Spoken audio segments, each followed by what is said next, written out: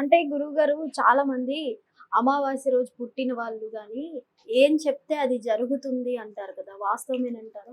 వాస్తవానికైతే తల్లి, అమావాస్య రోజు జన్మించిన వాళ్ళకి కొన్ని శుద్ర స్థానాలు కనబడుతూ ఉంటాయి, కొన్ని గాలి కనబడుతూ ఉంటాయని కొంతమంది అంటూ ఉంటారు. వాళ్ళ ఎగడియలో కొంత దైవ స్థానంలో జన్మించిన వాళ్ళకి చెడు గురించి అర్థమవుతూ ఉంటారు. ఎందుకంటే వాళ్ళల్లో ఉండవలసిన ఎగడియలు కుదురుపాటుగా కొన్ని వాళ్ళు ఏం చేయలేరు, కానీ దైవాన్ని నమ్మారు, దైవస్థానంలో నడుస్తున్నారు అని అంటే వాళ్ళు మంచి ప్రయోజకులు అవుతున్నారు అన్నమాట. అర్థమైందా? కొన్ని అర్థమయ్యే జ్ఞానంలోనే ఉంటారు.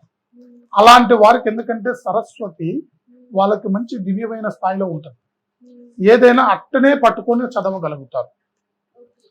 ఏ తాంత్రిక విద్యనైనా నేర్చుకునే శక్తి కూడా వాళ్ళలో అవపోషణ పట్టే జ్ఞానం ఉంటుంది.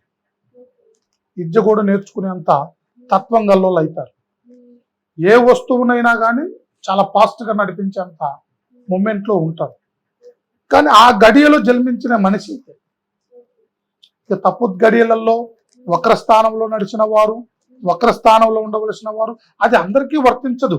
ఒకవేళ గురువుగారు అమావాస్య రోజు చెడు గడియలో పుడితే వాళ్ళు ఏం చేయాలంటారు?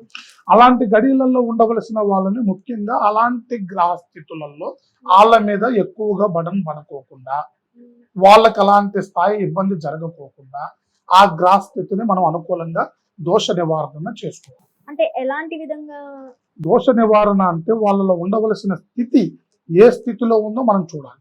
వయసును బట్టి కూడా ఉంటుంది. అది మన ఇప్పుడు చిన్నపిల్లలు అంటే ఒక రకంగా ఉంటుంది.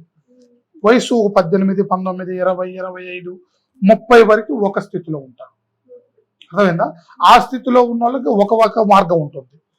ఈ చిన్న స్థితిలో ఉన్న వాళ్ళకి ఒక మార్గం. అర్థమైందా తల్లి?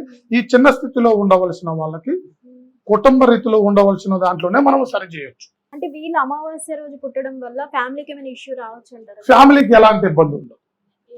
ఫ్యామిలీకి ఇబ్బంది ఉండదు, కానీ ఇతని వల్ల సఫర్ అవుతుంటారు. దుష్ట గడియలలో జన్మించిన వాళ్ళ వల్ల సఫర్ అవుతుంటారు. వాళ్ళ ఇంట్లో ఏదో ఒత్తిడి జరగటం కానీ, ఇతని వల్ల కొద్దిగా మాట ఎనుకోకుండా అడ్డదారులలో పోవటం, మనిషి కుటుంబాన్ని పట్టించకపోవటం, అసలు తల్లిదండ్రులు అంటే కేర్ చేయకపోవటం, అమ్మ నాన్న మాట వెనకపోవటం, ఎలాంటి జరుగుతున్నాయి అంటే అది కొద్దిగా ఎక్కువ స్థాయిలో పిల్లల్ని తిప్పుతుంది అన్నమాట. అలాంటి వాళ్ళని మనం మార్చొచ్చు, వాళ్ళు చక్కడమైన మార్గంలో పెట్టొచ్చు, సక్రమమైన దారిలో నడిపించవచ్చు.